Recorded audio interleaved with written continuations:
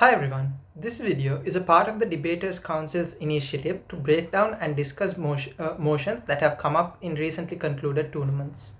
I am Daniel and I've debated in the past for Wycherly College, and I've also coached Gateway College Dehiwala and Wycherly International School. And in this video today, I'll be dissecting the motion that came up in round 1 of APIIT's tournament. So the motion for this round reads that this house would prohibit the dismissal of employees for their use of free speech or expression outside the workplace, for example, social media.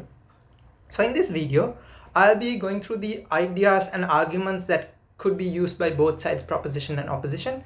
Let's dive into proposition first. Before we move on into the arguments and ideas for side proposition, it's quite important that you define or set up the debate properly.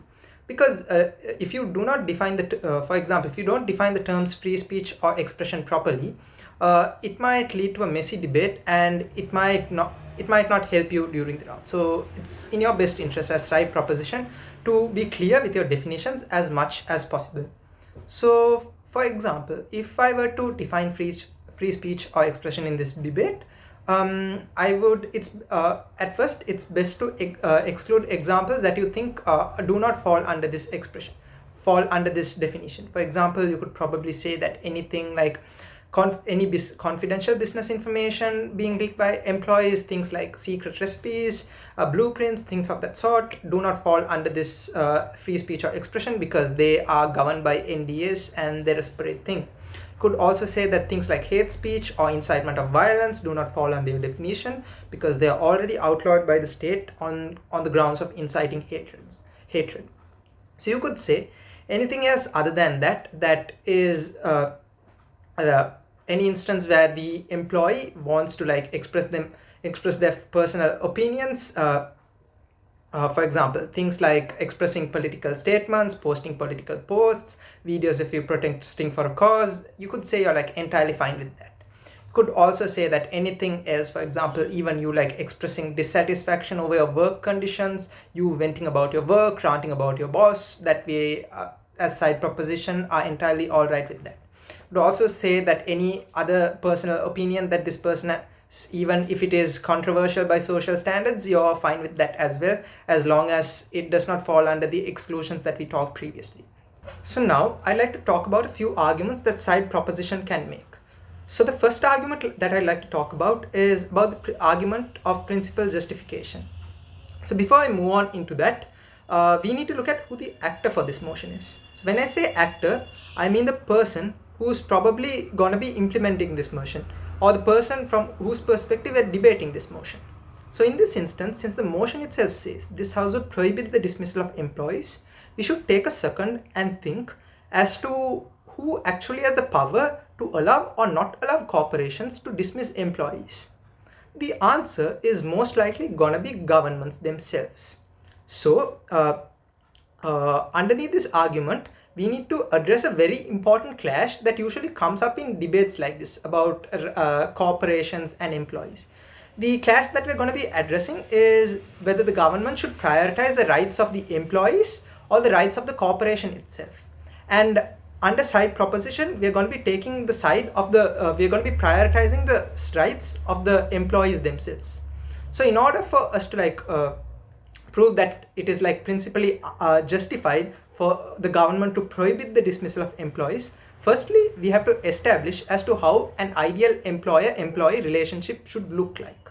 So underneath this, you could probably say that an ideal employer-employee relationship looks like a transaction where the employee gives up their labor, effort and time in exchange for monetary compensation by the employer themselves, and anything else other than that they expect from the employee, which includes the restrictions on free speech and expression, is unjust.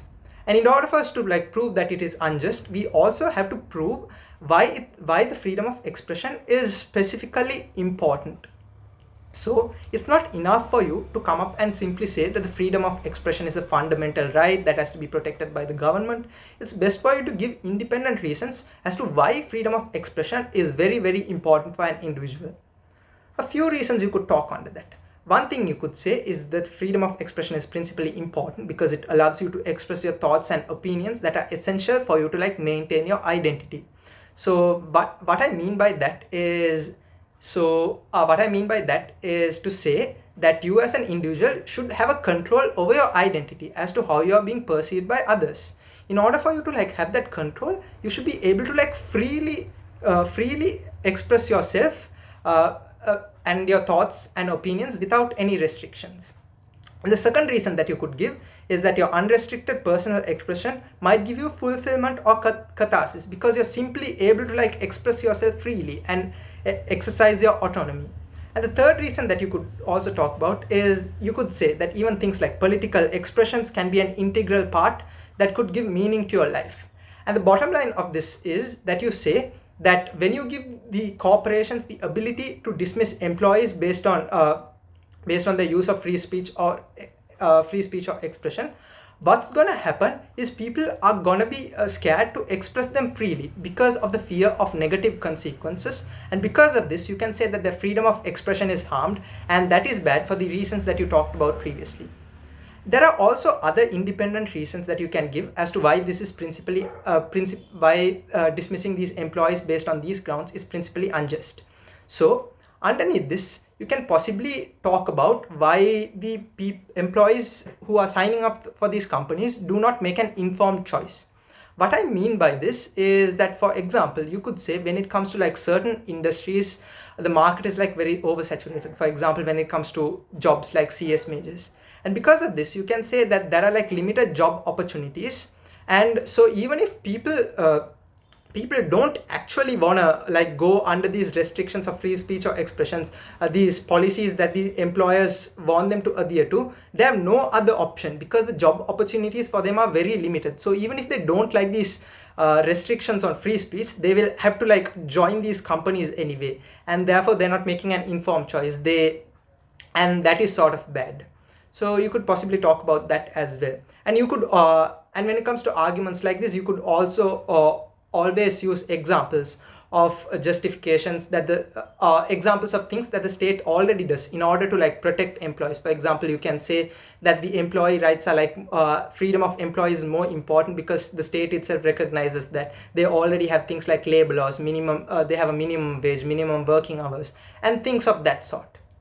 So right after this argument, you could also possibly talk about other arguments about the sort of like practical consequences. So before you move on into those practical consequences, another thing that you could do is you could sort of like use a characterization to prove use a characterization of corporations. You could use your characterization to prove why corporations are most likely bad actors. For example, you can say that these corporations are profit driven, they don't care about the rights of employees, they only care about maximizing their own profits. So with that being said, let's look at a few of the practical lines of argumentations that you can make.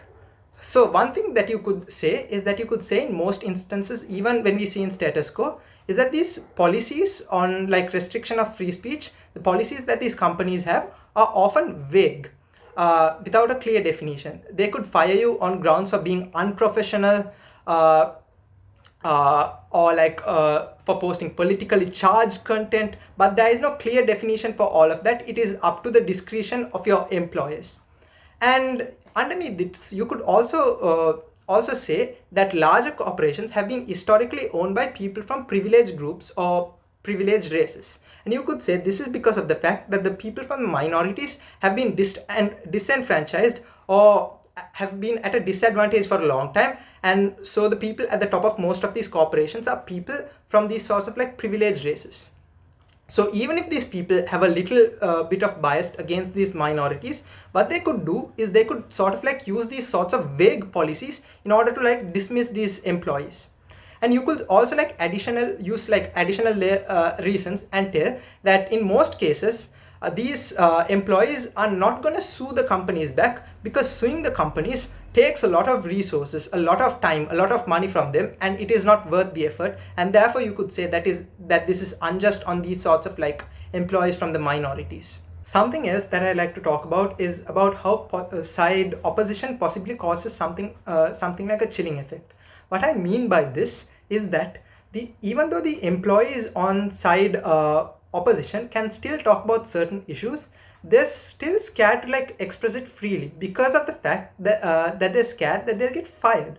So on their side, they're unable to speak about certain critical issues. So the unique benefit that we have on side proposition is that you could say when it comes to things like workers working under extremely bad conditions, even if you're not allowed to like form unions or discuss it with your fellow co-workers within the place of employment itself, on proposition side, what you allow these people to do is that they're able to like post about it on social media.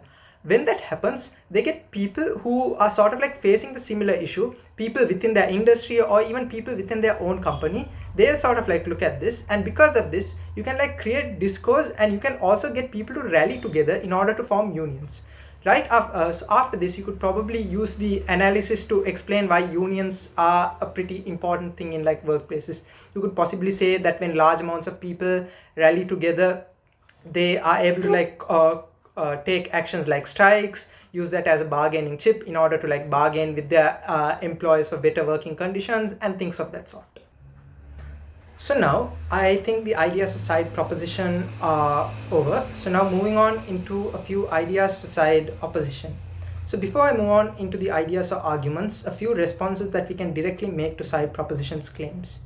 One thing we could say is that the restrictions on free speech that are not going to be as bad as side proposition makes it out to be.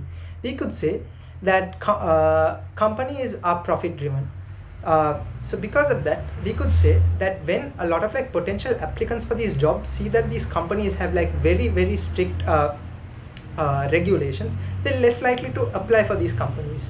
So this is going to be bad for the companies because it means that they're not going to be able to like make as much profits if they're not able to like attract a lot of potential good potential employees, and therefore they're less likely to make the regulations really strict because it's going to be bad for them as well. And we could also like respond to this idea that if side proposition makes the claim that these policies are often like sort of like vague and they can lead to like wrongful terminations. We could also since the actor here is the government, you could possibly sort of like establish a model where you could say that okay, unfair policies would be sort of like punished by the governments. Any sort of policy that you establish should go through the government and be verified them first. It is up to you. You can like make a model that like fits your case. With that being said, a few arguments that we could make. So like I previously told you, one of the main clashes in this debate is going to be whose rights should the government give more importance to, the employees or the corporations itself. So we could make an argument about why the rights of corporations should be like protected. One thing we could talk about underneath that is we need to establish why the company should be like given the freedom to like do this. So one of the few ideas that you could use is that you could establish that the owners, investors of this business have invested a large amount of capital, time and labor into this business, and because of that they needed to have a certain say in how the business is supposed to be run, and the government is also supposed to give them the ability to do so. And then afterwards you have to like clearly prove that a business's identity is its employees. You will have to like give reasons to prove that, and then afterwards you will have to like clearly prove to the judge when for example when an employee posts something very controversial. For example, it could be something like misogynist, something extremely racist. At the moment it is like posted, it is not only a harm to his reputation, but it is a harm to the business's reputation as well. And when the business's reputation is harmed, it's going to affect the business's profits as well. So you could use this reason to additionally prove that the business owners need to have a say in how the business is supposed to be run and why the government needs to give them the right to do so. Some other practical impacts that you could talk about is that you could say when an employee posts something like very racist or sexist on social media, it's probably going to affect the workplace dynamics as well, because the other minority communities in the workplace or other women might feel like very uncomfortable in like working with this person, and that is going to affect the workplace dynamics as well. This is like one of the minor harms, but yeah, it is something that comes up in that as well. So with that being said, those are the sorts of ideas that you could like run for both side proposition and opposition.